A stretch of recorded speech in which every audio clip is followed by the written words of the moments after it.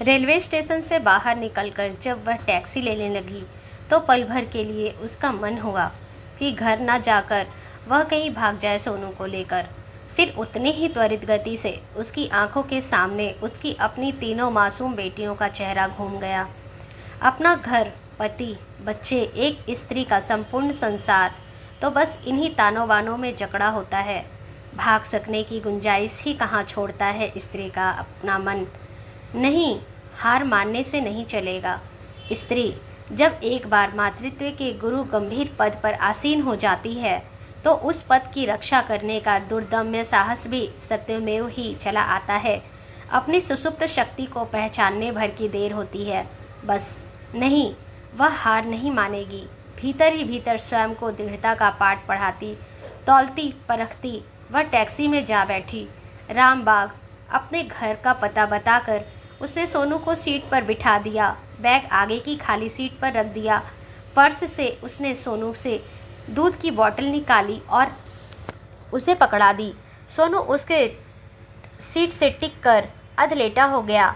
खुद को उसने सीट पर ढीला छोड़ दिया तथा आंखें बंद कर ली।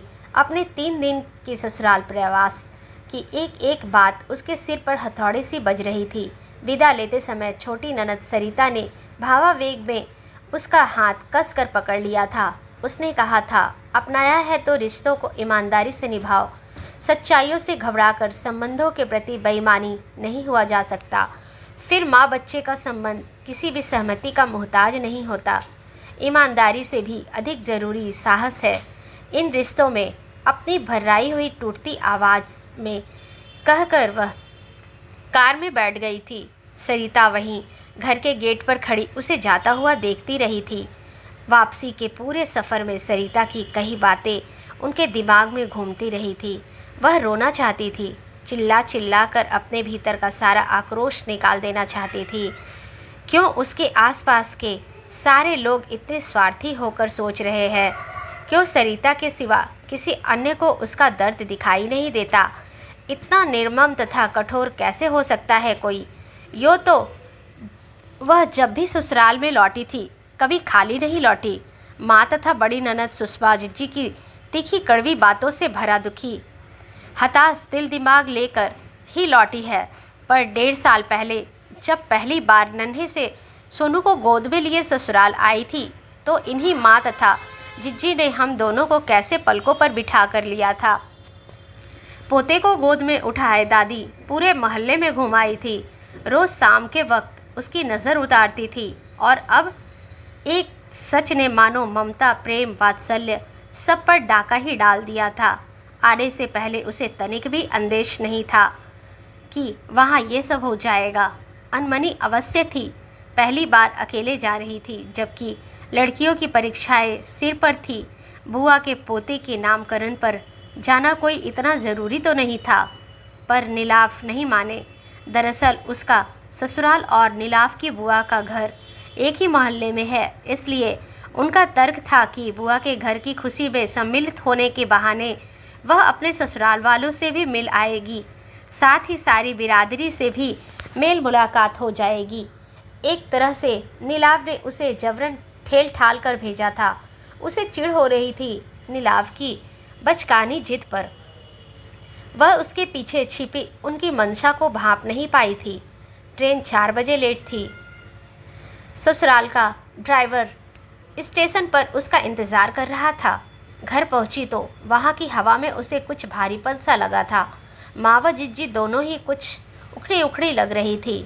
सोनू को भी दोनों में से किसी से हुलस कर पहले की भांति गोद में उठाकर लाड प्यार की बौछार नहीं की थी।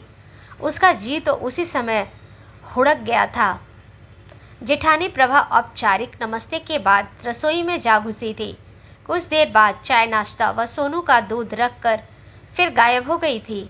नौकर से कहकर माँ ने उसका सामान ऊपर वाले छोटे कमरे में रखवा दिया था। शाम 5 बजे बुआ के घर के लिए निकलने व अभी ऊपर जाकर आराम करने की हिदायत देकर दोनों उसे बैठक में अकेला छोड़कर निकल गई थी। उसका व सोनू का खाना भी जिद्दी से ऊपर ही भिजवा दिया था, जिसका एक निवाला तक उसके गले में नहीं उतरा था। 4 साढ़े 4 बज रहे होंगे। आई तो देखा माँ ने पूरी तैयारी कर रखी है अपनी ननद के घर जो जो नेग लेकर जाने हैं वे सब पलंग पर फैला रखे थे। उसे सब दिखती हुई माँ बोली, छोरियाँ चाहे बूढ़ी ही क्यों ना हो, रहेंगी छोरियाँ ही। माई बापू और भाई का साया सिर पर से उठ गया तो क्या हुआ, भौजी तो जिंदा है ना अभी, मेरे होते भी मायके की कमी न अखरेगी। तुम्हारी बुआ को इतने दिनों के बाद आई है, उसके घर में खुशी सारी बिरादरी देखेगी, इसलिए करना पड़े है ये सब। लहूलुहान कलेजे के बावजूद हंसी ने एक हिलोर ले ली थी जिसे उसके भीतर ही दबा दिया। दोहरी बातें करने में पारंगत है माँ, तोहफे तो उसके पास भी थे। नीलाव ने अपनी माँ, जिज्जी, भाई भाभी तथा बच्चों के लिए अलग अलग उपहार भेजे थे। सब ज्यों के त्यों रखे थे बैग में। जब बैग खोला तो सारे उपहार मुंह चिढ़ाते से लगे। उसे ये जो सब मिलकर उसकी भावनाओं की ममता की हत्या करने में तुले हुए हैं, उन्हें किस कलेजे से जाकर थमाए उपहार। फिर पता नहीं क्या सोचकर वह उठी और अपनी तरफ से बुआ को देने लाए हुए उपहार निकाल लाई। बुआ तथा उनकी बहू की साड़ी व नवजात पोते के लिए चांदी के तार में काले मोतियों वाले कड़े लाई थी वह। माँ को दिखाकर ये सामान भी वह अपने अन्य वस्तुओं के साथ पलंग पर रख दिया। कुछ भी हो, बिरादरी के सामने तो घर की बातों को ढककर ही रखना पड़ता है। बहू होकर वह अलग से कैसे करेगी लेन देन। मन की कड़वाहट मन में ही दबा ली थी उसने। इस समय कुछ ही देर पहले तो माँ की छोरिया जनने वाली डायन कहा था उसे। मुझे तो पहले ही शक था कि यह इसका अपना जाया नहीं है। जिज्जी बोली थी। दोनों आंगन में चारपाई डाले साग बीन रही थी। उन्हें पता नहीं था कि वह आंगन के ठीक ऊपर लगे लोहे के जाल की मुंडेर पर खड़ी सुन रही है। अभी नहाकर निकली थी वह। सफ़र में पहने अपने व सोनू के कपड़े धो डाले थे। उसने तार पर सूखने को डाल रही थी। इस औरत ने पता नहीं क्या जादू कर रखा है। अपना लीलाव से तो ऐसा कहीं नहीं था। इतने साल भनक तक न लगने दी सच्चाई की। अब जो भी है, इस अपाहिज के पीछा तो छुड़ाना ही होगा भाई का। जिज्जी की जहरीली फुफकार से उसका रोम रोम जल उठा था। कोई स्त्री इतनी कठोर कैसे हो सकती है। माँ कहती है उनका बेटा उसके बहकावे में आ गया है। बेशक अलग गृहस्थी बसाकर बैठी है, पर बहू है, घर की बहू बनकर रहे। सिर पर चढ़कर नाचने न देंगे। नीलाव अनाथ नहीं है, उसने सिर पर माँ का साया है।